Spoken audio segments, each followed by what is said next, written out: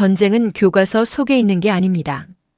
밤하늘에서 불꽃이 터지는 소리, 벙커 안에서 오퍼레이터가 기도를 시작하는 소리, 그리고 스크린에 찍힌 숫자 하나, 19, 19발의 미사일이 수백만 명이 잠든 도시를 향해 쏟아져 내리고 있었습니다.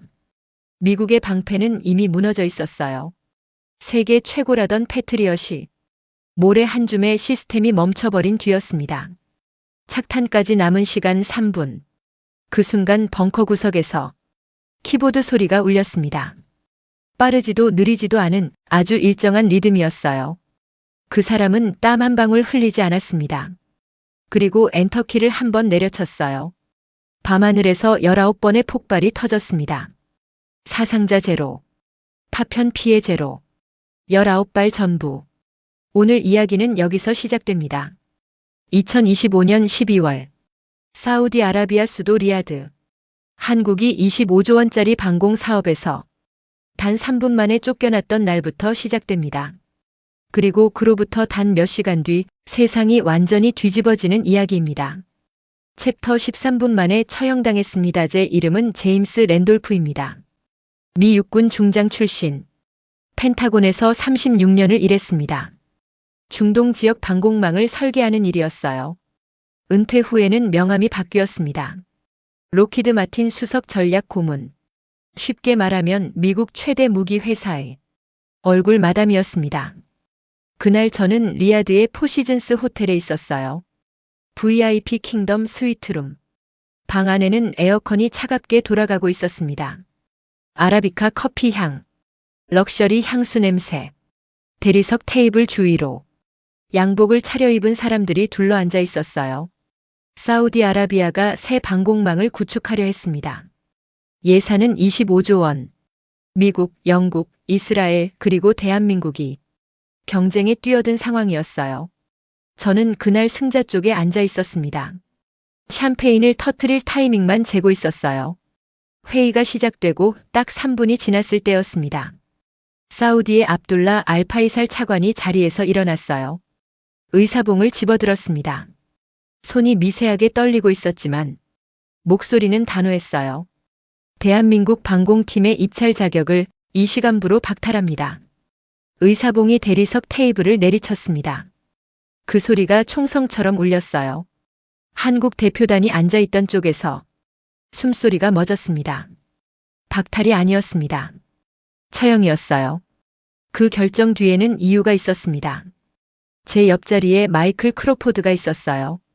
로키드 마틴 글로벌 대관 담당 부사장. 이 사람은 아까부터 서류 가방에서 두꺼운 봉투를 꺼내더니 테이블 위로 조용히 밀었습니다. 봉투 안에 있는 건 편지 한 장이었어요. 백악관 레터헤드에 고위 인사 8명의 서명이 찍혀 있었습니다. 한국 배제 권고서. 저는 그 서명들 절반 이상을 알고 있었어요. 같이 술을 마셨던 사람들, 아이들 결혼식에 축전을 보낸 사람들, 그 이름들이 한국이라는 나라의 목을 자르는 칼날 위에 줄지어 올라가 있었습니다. 크로포드가 차관 앞으로 서류를 밀어붙이며 말했어요. 차관님, 한국을 평가에 포함시키면 내일 아침까지 리야드 주둔 미군 패트리엇 포대를 전면 철수하겠습니다. 차관의 안색이 흑빛으로 변했어요. 당연합니다. 패트리엇이 빠지면 수도 방공망에 구멍이 뚫립니다. 수백만 시민의 목숨이 걸린 일입니다. 대각선 자리에서 위스키 잔이 찰그랑 소리를 냈어요. 영국 BAE 시스템즈의 나이젤 스털링이었습니다. 런던 억양의 우아한 신사. 하지만 뒤통수를 치는 데는 누구보다 빠른 사람이었어요. 스털링이 크로포드를 향해 잔을 들어 올렸습니다. 축배였어요. 한국의 장례식에 바치는 축배. 이스라엘 측 로비스트 2명도 잔을 맞댔습니다. 3분 만에 재판이 끝난 겁니다. 판사도 배심원도 전부 한편이었으니까요. 스털링이 한국 대표단 쪽을 향해 거들먹거리며 말했습니다. 한국 친구들 서운해하지 마시게. 에어컨 기술로는 인정하니까요. 그쪽을 파는 게 낫지 않겠습니까? 이스라엘 로비스트 하나가 킬킬 웃었어요. 한국 대표단 앞에는 3사람이 있었습니다. 한화 에어로스페이스에서 온 곽태식 직장. 팔뚝 가득 화상 흉터를 가진 기술자였어요. K9 자주포부터 천궁까지 30년을 쇠와 씨름해온 사람입니다. 넥스원의 최명호 수석 연구원. 덥수룩한 머리에 낡은 점퍼를 걸치고 아무 말 없이 노트북만 보고 있었어요. 그리고 선두에 서 있던 박동진 대령.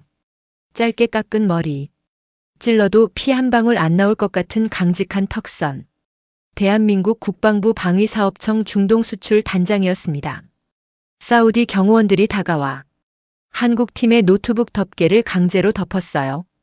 퇴장을 강요하는 겁니다. 곽태식 직장이 서류를 챙겼습니다. 주먹이 하얗게 질려 있었어요. 최명호 수석은 모니터를 한 번 더 확인하고 천천히 노트북을 접었습니다. 두 사람 모두 입을 꾹 다물었어요. 고개는 숙이지 않았습니다. 박동진 대령이 문 쪽으로 걸어갔습니다. 모든 것이 예정대로 흘러가는 것 같았어요. 그런데 박 대령이 멈췄습니다.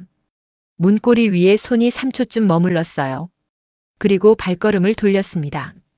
저는 그 순간 박 대령의 눈을 봤습니다. 분노가 아니었어요. 계산이었습니다. 차가운 결심이 끝난 사람의 눈이었어요. 박동진 대령이 의자 옆에 세워둔 장비 케이스를 집어들었어요. 육중한 금속 케이스였습니다. 크로포드가 고개를 갸우뚱했어요. 아직 상황을 파악하지 못한 거였습니다. 박 대령이 걸어갔어요. 크로포드 앞으로.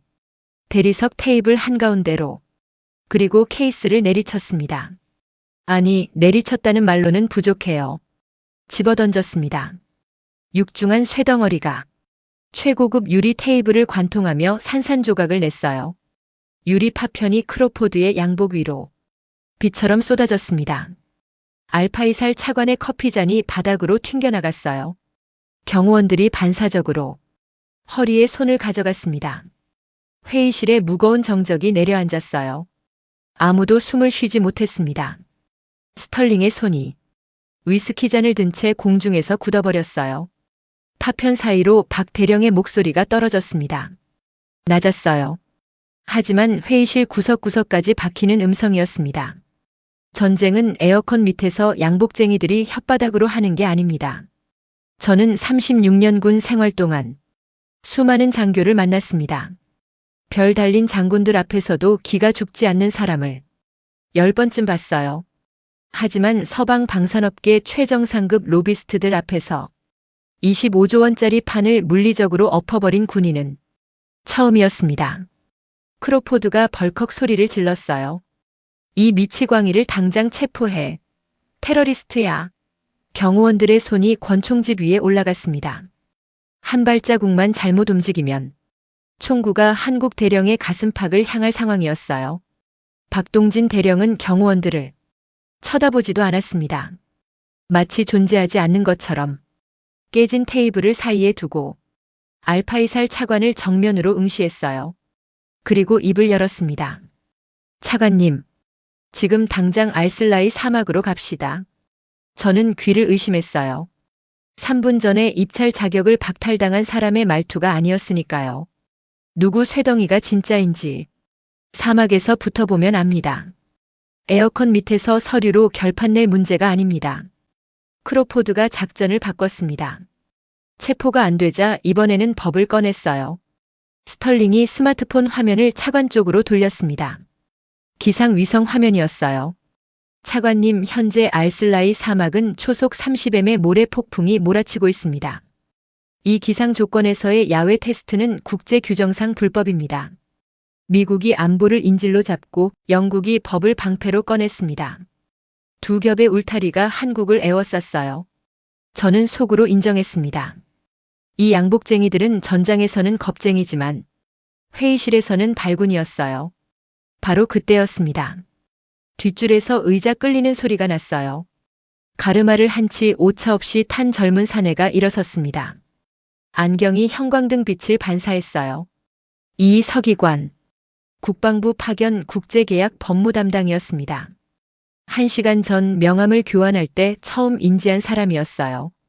키가 크지도 작지도 않고 목소리가 크지도 작지도 않은 회의실에서 가장 눈에 띄지 않던 사람. 이 서기관이 가방에서 책을 꺼냈습니다. 500페이지는 됨직한 두꺼운 책이었어요. 영문으로 빼곡한 표지, 국제방산평가 규정집. 이 서기관이 크로포드 바로 앞까지 걸어가더니 그 규정집을 테이블 위에 내려놓았습니다. 쾅! 유리 파편이 또 한 번 튕겨나갔어요. 이 서기관이 안경을 고쳐 쓰고 입을 열었습니다. 제3장 12조. 3등급 이상 극한 기상 상황에서의 시연은 국제방산평가 규정에 의거하여 합법적 최고 가산점 대상입니다. 한 글자도 더듬지 않았어요. 500페이지짜리 영문 규정집의 조항을 토시 하나 안 틀리고 암송한 겁니다. 크로포드의 눈이 커졌습니다. 스털링의 입꼬리가 내려갔어요.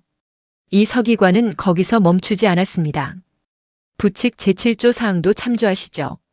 극한 기상 조건에서 자발적으로 시연을 요청한 참가국에 대해 평가위원회가 이를 거부할 법적 근거는 존재하지 않습니다. 스털링이 꺼낸 법의 방패가 정확히 법으로 박살이 난 겁니다.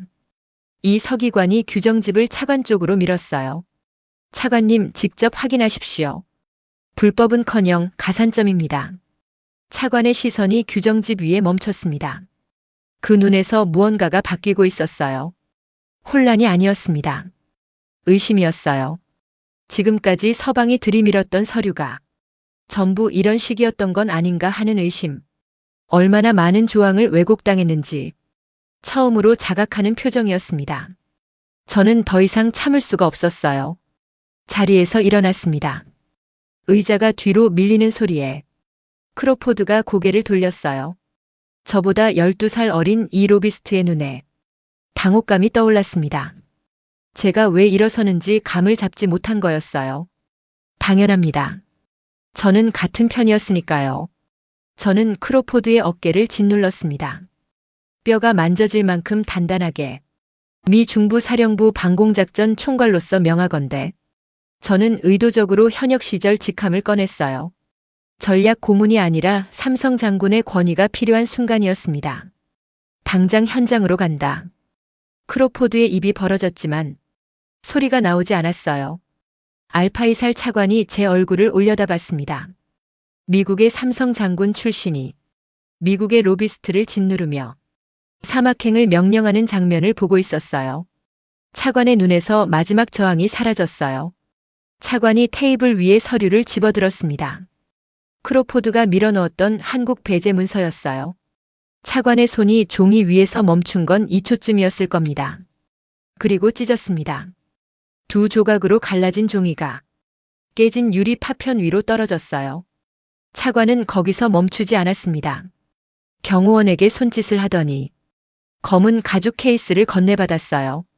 케이스 안에서 금색 인장이 박힌 문서 한 장이 나왔습니다. 사격장 특별 통행증. 차관이 펜을 집어들고 서명란에 이름을 적어 넣었어요. 펜 끝이 종이를 파고드는 소리. 회의실에 또렷이 울렸습니다. 크로포드가 헛웃음을 흘렸어요. 스털링은 스마트폰을 주머니에 쑤셔 넣으며 고개를 저었습니다. 판이 뒤집혔습니다. 한국의 대령이 케이스를 던져 물리적으로 판을 엎었고 한국의 서기관이 법을 외워 논리적으로 울타리를 허물었고 미국의 노장이 자국의 로비스트를 짓눌러 마지막 빗장을 열었어요. 에어컨이 나오는 밀실에서 숨이 막히는 사막으로 넥타이를 맨 사기꾼들과 기름때 묻은 진짜들이 섭씨 55도의 지옥으로 향하고 있었습니다.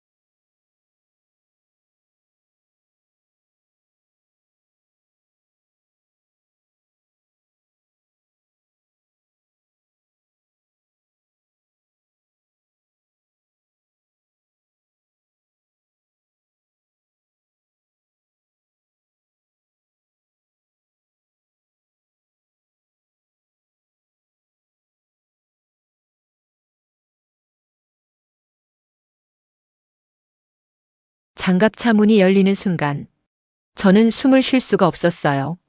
섭씨 55도. 숫자로는 알고 있었습니다. 기상 위성 화면에서 확인했으니까요. 하지만 숫자와 현실은 완전히 다른 세계였어요. 뜨거운 공기가 폐를 찢듯 밀려들었습니다. 코와 입 사이로 모래 알갱이가 비집고 들어왔어요. 눈을 뜰 수가 없었습니다. 초속 30m의 모래 폭풍이 피부를 사포로 문지르듯 갈아냈어요. 크로포드의 꼴이 먼저 눈에 들어왔습니다. 굽김 하나 없던 최고급 양복이 30초 만에 걸레짝이 됐어요.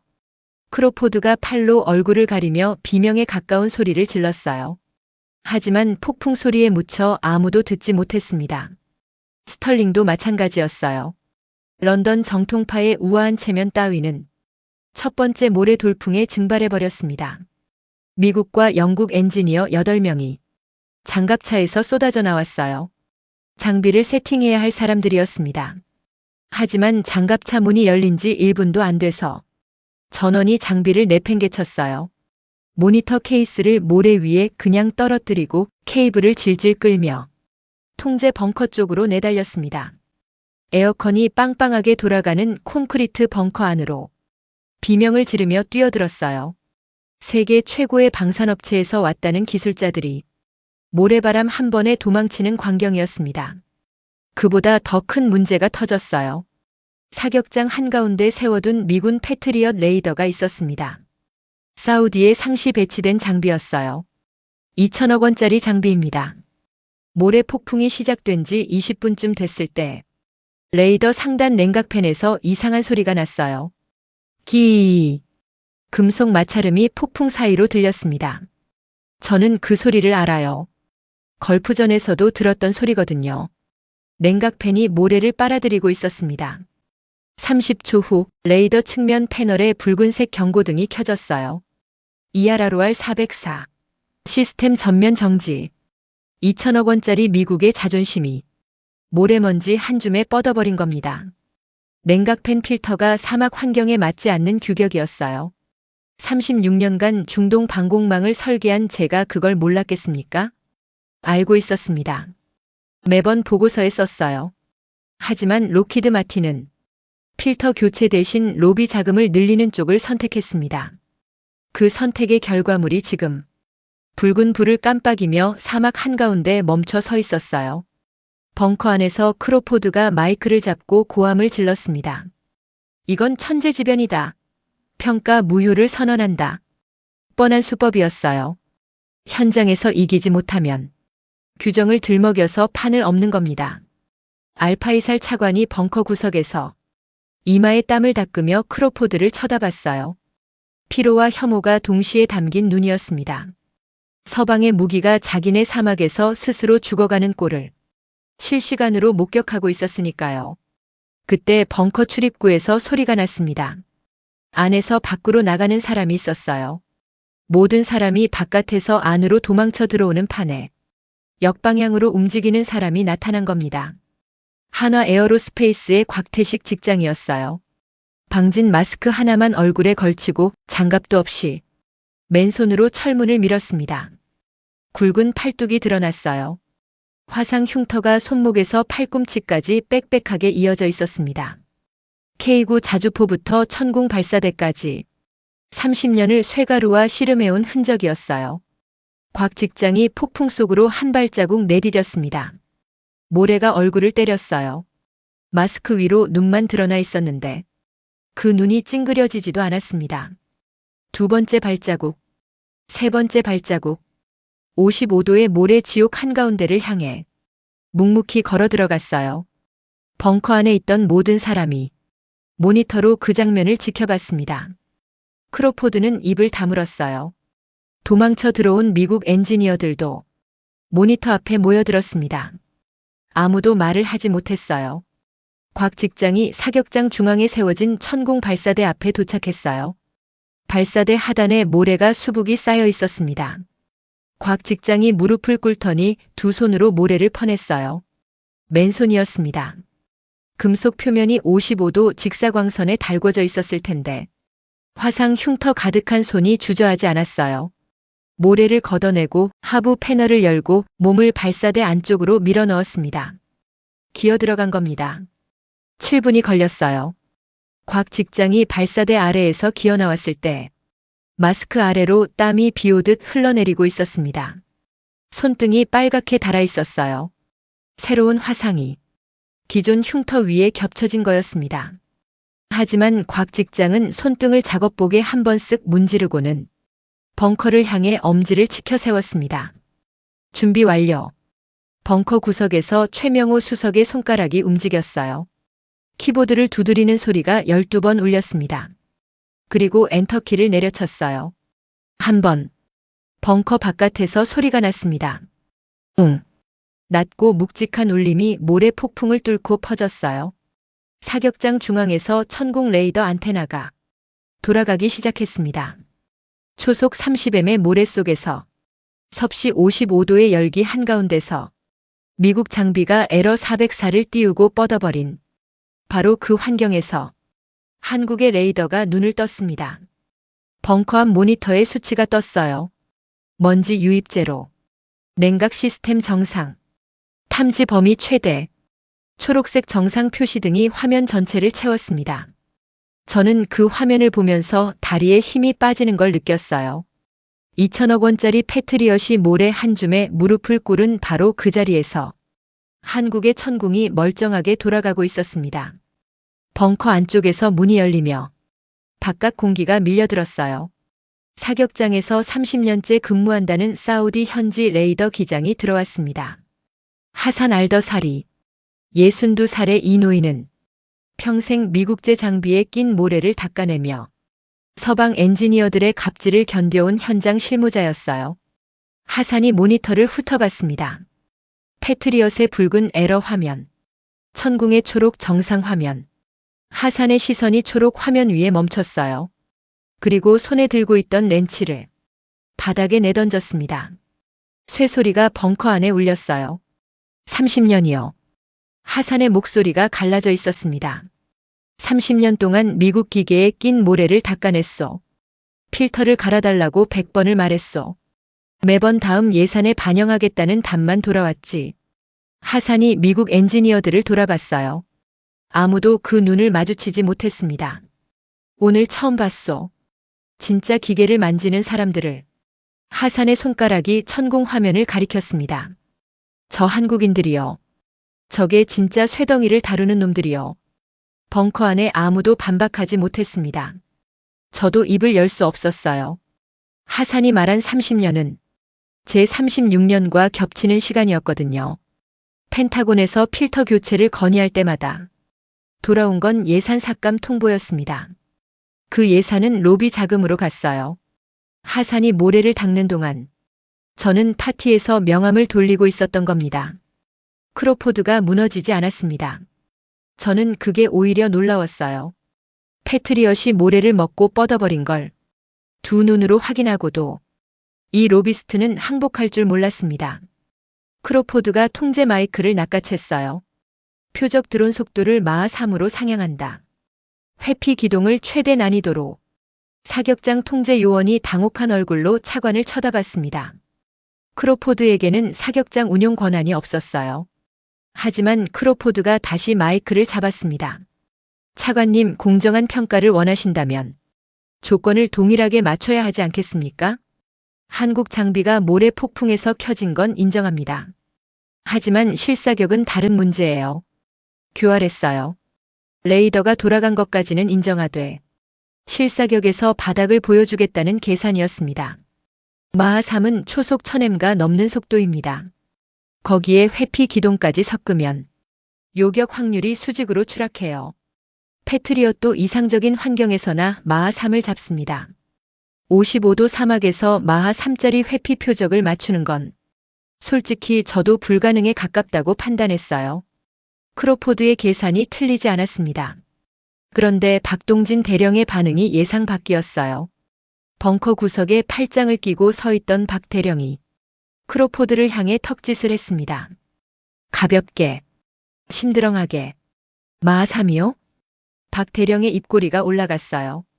비웃는 게 아니었습니다. 진심으로 시시하다는 표정이었어요. 마하사로 올리시죠. 벙커 안에 공기가 멈췄습니다. 알파이살 차관이 고개를 돌려 박 대령을 봤어요. 크로포드의 입이 벌어졌습니다. 마하사는 초속 1360m입니다.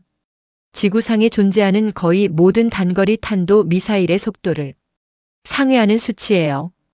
이 조건에서 요격을 시도하겠다는 건 줄없이 외줄타기를 하겠다는 소리와 다름없었습니다. 저는 박 대령이 미쳤다고 생각했어요. 솔직히 그랬습니다. 크로포드가 웃었어요. 이번에는 진심으로 웃었습니다. 한국이 스스로 무덤을 판다고 확신한 거였어요. 좋습니다. 마하사. 사격이 재개됐습니다. 첫 번째로 나선 건 영국의 BAE 해상 레이더 연동 요격 체계였어요. 표적 드론이 마하사로 취소하자 BAE의 추적 레이더가 열기에 오버히트되며 화면이 꺼졌습니다. 요격탄이 발사조차 되지 못했어요. 요격률 0%. 스털링의 얼굴이 창백해졌습니다. 다음은 이스라엘이었어요. 라파엘에서 가져온 최신 저고도 센서가 사막의 복사열에 눈이 멀었습니다. 표적을 잡지 못한 채 요격탄 5발이 허공으로 날아가 모래밭에 처박혔어요. 요격률 0%. 이스라엘 기술자가 모니터 앞에서 머리를 감싸쥐었어요. 마지막으로 미국의 자존심 PAC-3가 나섰습니다. 패트리엇의 최신 개량형이죠. 아까 레이더가 뻗어버렸지만 예비 장비를 벙커 내부에서 급하게 연결한 거였어요. 10발의 표적 드론이 마하사로 쏘아 올려졌습니다. PAC-3의 시커가 표적을 물었어요. 하지만 사막의 모래가 적의 선을 난반사시키는 순간 시커의 눈이 갈팡질팡하기 시작했습니다. 첫 발이 빗나갔어요. 세 번째 발도 빗나갔습니다. 10발 중 7발만 명중했어요. 요격률 70%. 벙커 안에서 미국 엔지니어 하나가 탁자를 내리쳤어요. 70%는 시험장에서나 쓸 수 있는 숫자입니다. 실전에서 10발 중 3발이 뚫리면 도시 하나가 불바다가 돼요. 크로포드가 마이크를 잡았습니다. 얼굴이 붉었지만 목소리는 침착한 척을 유지하고 있었어요. 이 날씨에 마하사를 100% 잡는 건 물리적으로 불가능합니다. 미국도 70%를 찍었으니 합격 기준에는 충분합니다. 뻔뻔했습니다. 자기가 조건을 올려놓고 그 조건에서 자기 무기가 무너지자 합격 기준을 깎아내리는 겁니다. 알파이살 차관의 입술이 일자로 굳었어요. 이 사내가 뱉는 말 한마디 한마디가 사우디 시민들의 목숨을 깎아내리는 거라는 걸 차관도 알고 있었습니다. 그때 통제 벙커 구석에서 키보드 소리가 났어요. 최명호 수석이었습니다. 아까부터 한마디도 하지 않고 노트북 화면만 응시하고 있던 그 사람이요. 덥수룩한 머리카락 사이로 모니터 불빛이 반사됐어요. 최 수석이 엔터키를 눌렀습니다. 벙커 바깥에서 소리가 터졌어요. 파란 불기둥이 천궁 발사대에서 솟구쳤습니다. 10발의 요격탄이 궤적을 틀며 상공으로 치솟았어요. 벙커 앞 모니터에 10개의 파란 점이 떴습니다. 그 위로 10개의 붉은 점이 마하사의 속도로 회피 기동을 펼치고 있었어요. 파란 점들이 궤적을 실시간으로 수정하며 붉은 점을 추격했습니다. 마하사로 도망치는 표적을 뒤쫓는 게 아니었어요. 표적이 갈 곳을 미리 읽고 거기서 기다리는 움직임이었습니다. 첫 번째 충돌. 붉은 점 하나가 사라졌어요. 2초 뒤에 두 번째가 사라졌습니다. 세 번째, 네 번째, 다섯 번째. 붉은 점이 연쇄적으로 소멸했어요. 6, 7, 8. 아홉 번째 붉은 점이 사라질 때 벙커 안에서 누군가 숨을 들이켰습니다. 그리고 10번째. 마지막 붉은 점이 화면에서 증발했어요. 전광판에 숫자가 떴습니다. 요격률 100%. 10발 발사, 10발 명중. 시간 오차 0.0초. 벙커 안이 묘하게 조용했어요. 환호가 터져야 할 순간인데 너무 압도적이어서 아무도 소리를 내지 못했습니다. 크로포드의 목소리가 벙커를 찢었어요. 조작이다. 의자에서 벌떡 일어나며 모니터를 손가락으로 찍었습니다. 한국 놈들이 사우디 서버를 해킹한 거야. 이 데이터는 가짜다. 자기 무기가 70%를 찍었을 때는 합격이라고 뻔뻔하게 외치던 입이 한국이 100%를 찍자 해킹이라고 울부짖고 있었어요. 저는 그 얼굴을 보면서 구역질이 치밀었습니다. 그때 벙커 철문이 발길에 차이며 벌컥 열렸습니다. 모래바람이 쏟아져 들어왔어요. 곽태식 직장이 서 있었습니다. 방진 마스크를 턱 밑으로 내리고 화상 흉터가 선명한 양손에 무언가를 들고 있었어요. 쇠덩이 파편이었습니다. 방금 요격되어 산산조각난 표적 드론의 잔해. 그 파편의 열기가 채 식기도 전에 저는 호텔로 돌아갔습니다. 새벽 1시가 넘어 있었어요. 포시즌스 호텔 스위트룸 침대에 양복도 벗지 않은 채 누웠습니다. 55도 사막에서 겪은 일들이 머릿속에서 뒤엉켜 돌아갔어요. 패트리엇의 붉은 에러 화면, 천궁의 초록 정상 화면, 크로포드의 구두 앞에 떨어진 뜨거운 파편, 곽태식 직장의 화상 흉터, 36년 동안 쌓아올린 제 세계가 하루 만에 금이 가고 있었습니다. 잠이 오지 않았어요. 커튼 틈으로 리야드의 야경이 보였습니다. 수백만 시민이 잠들어 있는 도시였어요. 이 도시의 하늘을 지키는 방패가 모래 한 줌에 뻗어버렸다는 사실을 이 사람들은 모르고 있었습니다. 새벽 2시쯤이었을 겁니다. 벽이 흔들렸어요. 처음에는 지진인 줄 알았습니다. 침대에서 굴러 떨어졌어요. 바닥에 엎드린 순간 호텔 전체 조명이 나갔습니다. 그리고 소리가 왔어요. 사이렌이었습니다. 코드 레드. 리야드 전체의 방공 경보가 밤하늘을 찢어버렸습니다.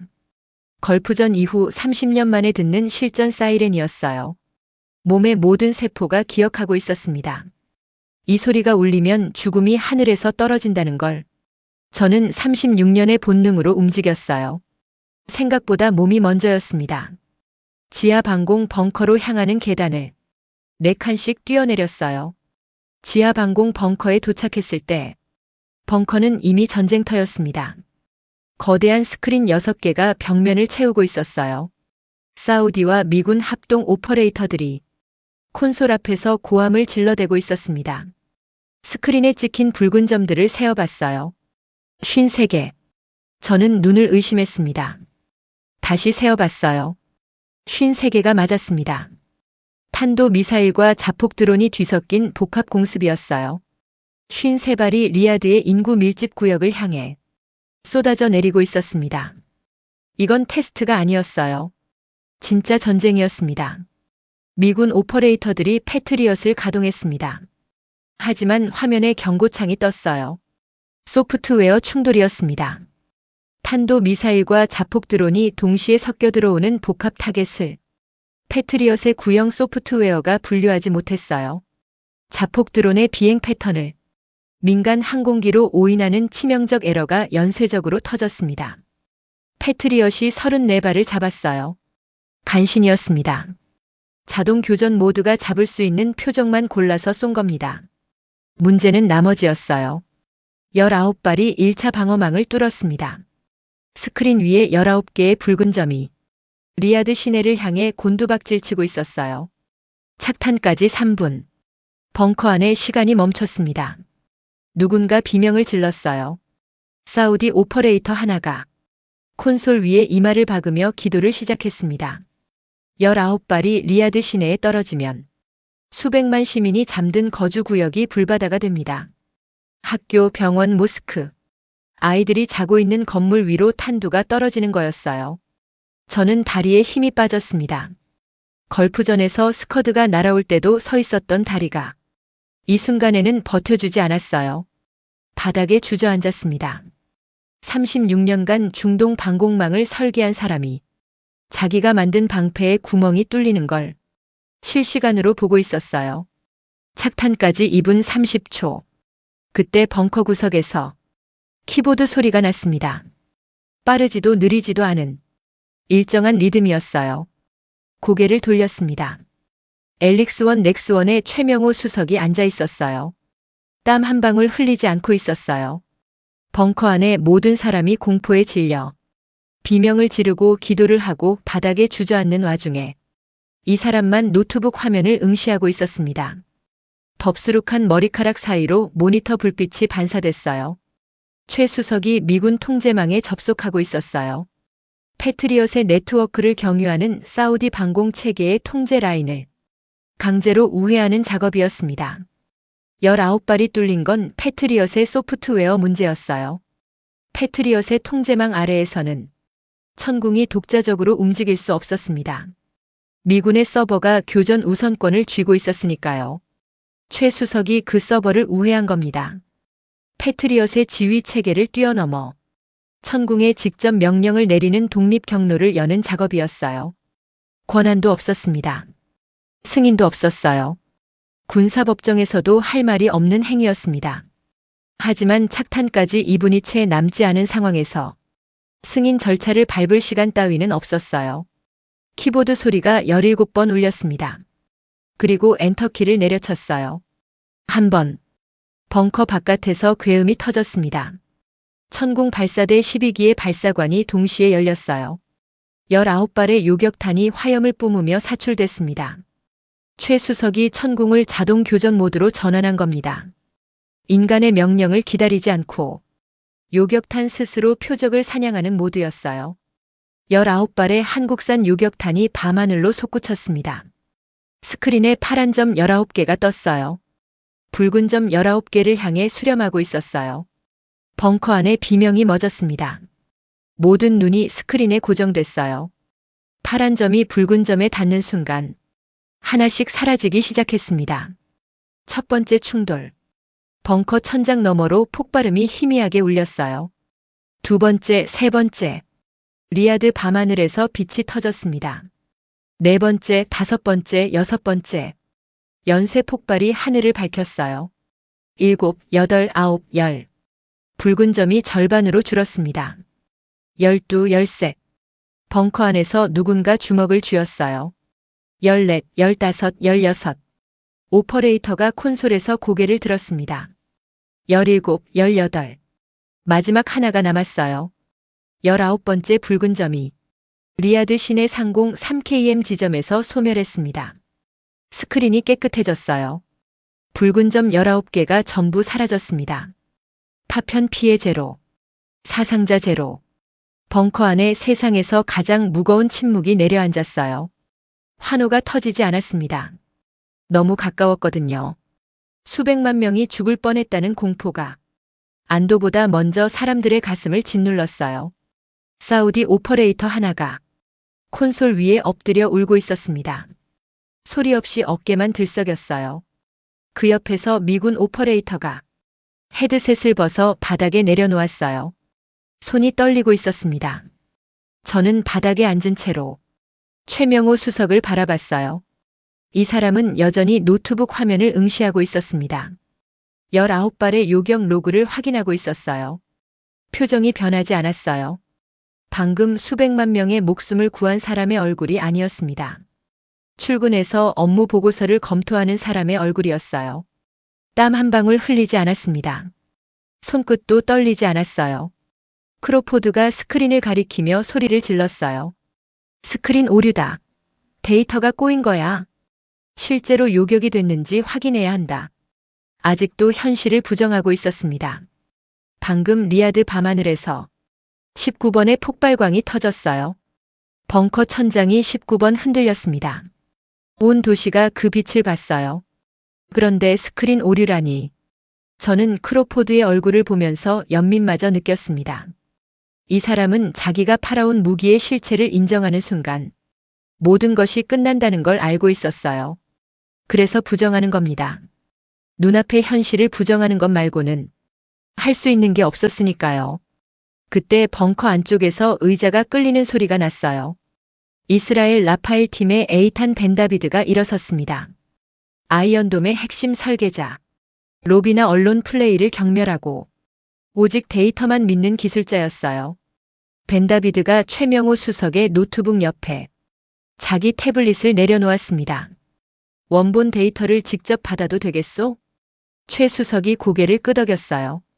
크로포드가 달려와 벤다비드의 팔을 잡았습니다. 뭐 하는 거야, 에이탄? 한국 편을 드는 거냐? 벤다비드가 크로포드의 손을 뿌리쳤어요. 나는 편을 들지 않소. 데이터를 보는 거요. 그 한마디에 크로포드의 손이 허공에서 멈췄습니다. 벤다비드의 태블릿 화면에 요격 로그가 떠오르고 있었어요. 19발의 궤적, 요격 시점, 파편 낙하 좌표. 숫자들이 빼곡하게 화면을 채웠습니다. 벤다비드의 눈이 숫자 위를 훑어갔어요. 30초가 지났습니다. 1분이 지났어요. 벤다비드가 안경을 벗었습니다. 눈을 비비고 다시 썼어요. 화면을 다시 봤습니다. 입술이 벌어졌어요.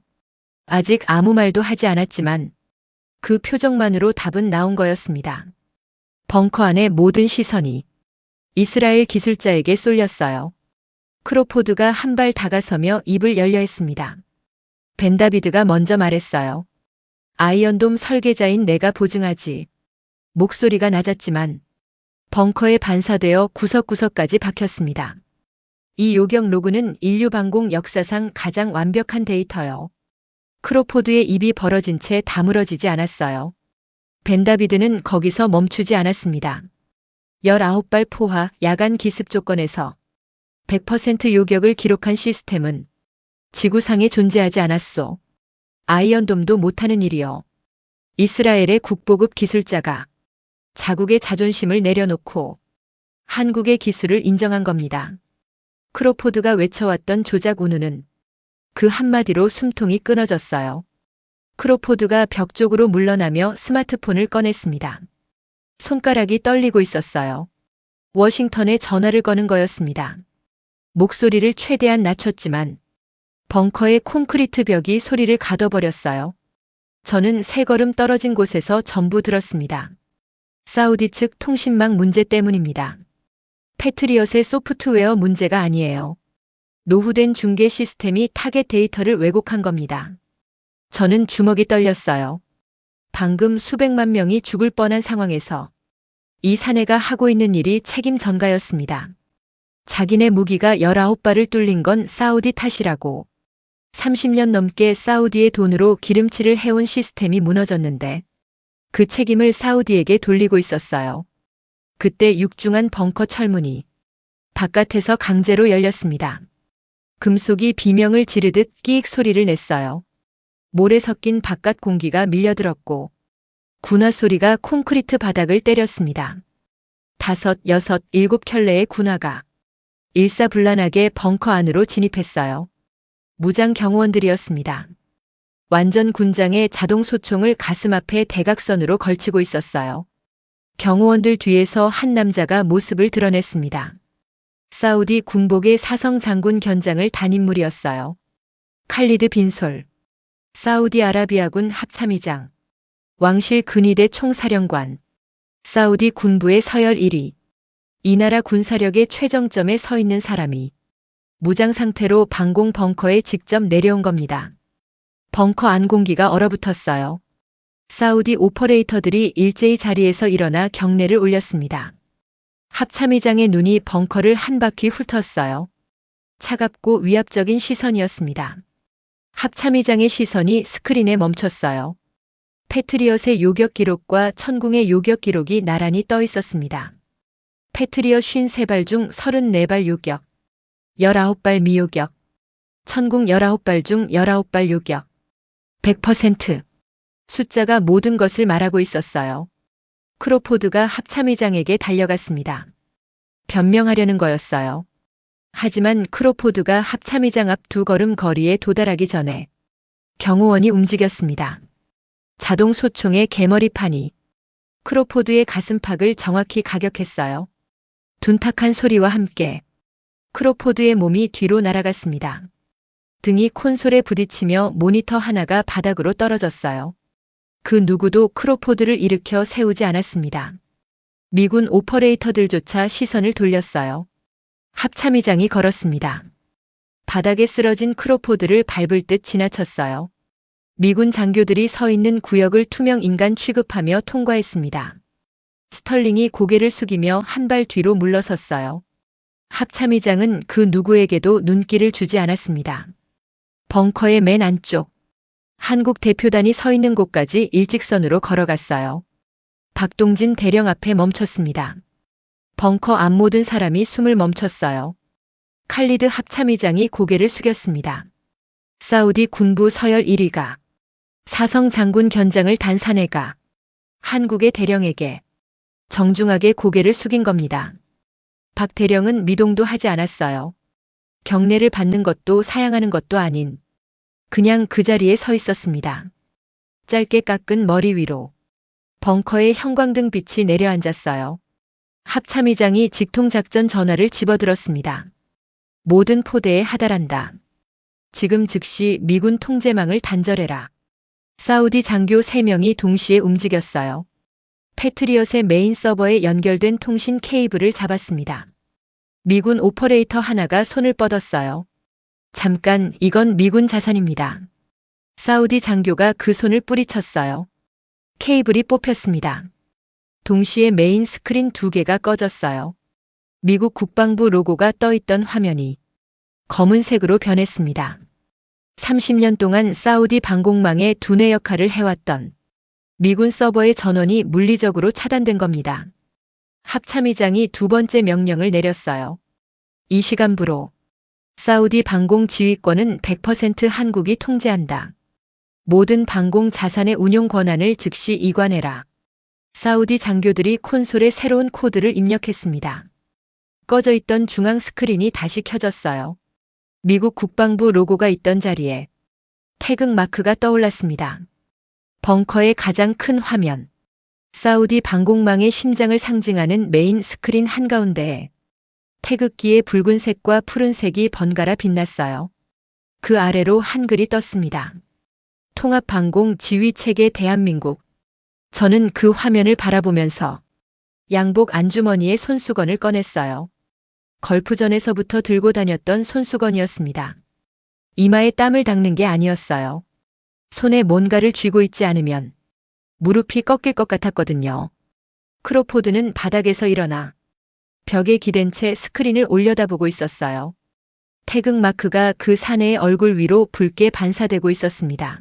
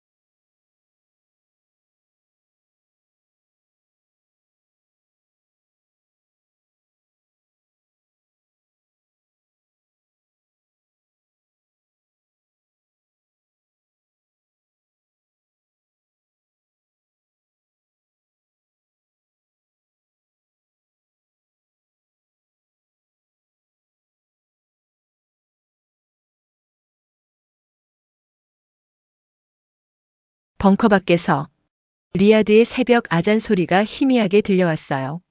살아남은 도시가 아침을 맞이하고 있었습니다. 그러나 아잔이 끝나기도 전에 벙커 안에 다시 경보음이 울렸습니다. 새벽 4시, 19발의 공포가 가신 지 2시간도 되지 않았어요. 사우디 오퍼레이터가 콘솔 앞에서 고함을 질렀습니다. 페르시아 방면 다수 여론 감지. 해상 접근 중. 스크린에 새로운 붉은 점들이 떠올랐어요. 세어봤습니다. 28개. 자폭 드론 모함이었어요. 소형 선박에 폭발물과 드론을 가득 실은 해상 자살 공격 편대가 페르시아만 쪽에서 사우디 해안을 향해 밀려오고 있었습니다. 하늘에서 끝난 줄 알았던 전쟁이 바다에서 다시 시작된 겁니다.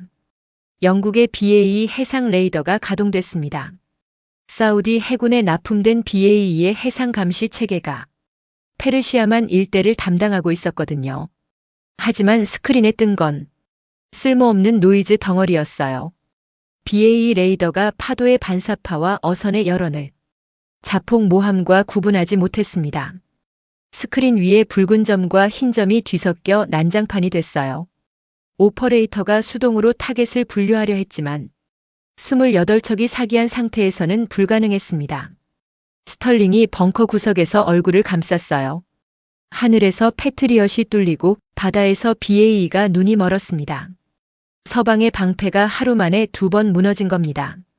벙커 안쪽에서 키보드 소리가 다시 울렸어요. 최명호 수석이었습니다. 이 사람은 대체 언제 잠을 자는 건지. 아까 노트북을 접은 게 무색하게 다시 화면 앞에 앉아 있었어요. 최 수석의 손가락이 키보드 위를 스쳤습니다.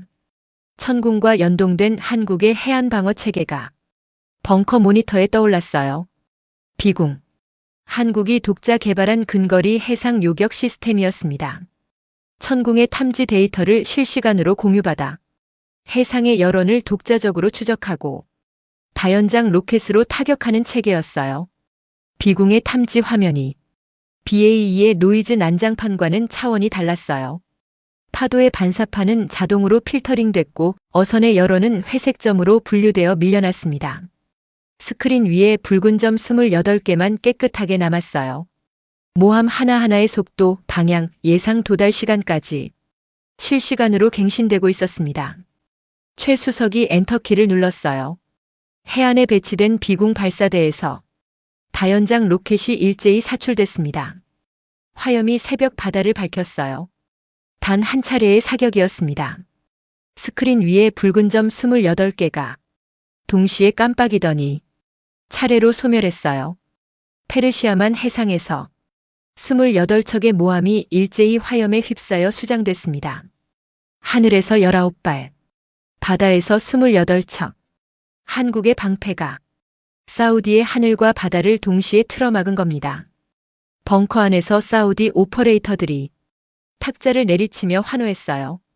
이번에는 침묵이 아니었습니다. 울음과 환호가 뒤섞인 소리가 콘크리트 벽을 때렸어요. 알파이살 차관이 두 손으로 얼굴을 감싸고 있었습니다. 어깨가 떨리고 있었어요. 울고 있는 건지 웃고 있는 건지 알 수 없었습니다. 그 혼란 속에서 스크린 하단에 새로운 텍스트가 떠올랐어요. 적국 외교부 긴급 성명. 모든 군사작전을 즉각 중단하고 병력을 전면 철수한다. 하늘과 바다에서 전멸당한 적이 항복한 겁니다. 환호가 더 커졌어요. 하지만 저는 그 환호에 섞이지 못했습니다. 이 승리에 미국이 기여한 건 19발을 뚫린 것뿐이었으니까요. 새벽 5시쯤이었을 겁니다. 경호원 하나가 보고를 올렸어요. 로키드 마틴의 마이클 크로포드가 사라졌다는 거였습니다. 호텔 방에도 없고 차량에도 없었어요. 수화물칸에 몸을 우겨넣고 리야드를 빠져나간 정황이 포착됐습니다. 25조 원짜리 사업의 최대 로비스트가 백악관 서한을 들이밀며 한국을 매장하려 했던 그 사내가 수화물칸에 숨어서 야반도주했습니다. 저는 그 보고를 듣고 위스키를 찾았어요. 30년 동맹의 말로가 수화물칸이었습니다. 스털링의 행보는 더 적나라했어요. 그날 아침 박동진 대령의 호텔 숙소 문틈 아래로 서류 봉투가 밀려 들어왔다는 겁니다. 봉투 안에는 BAE 시스템즈의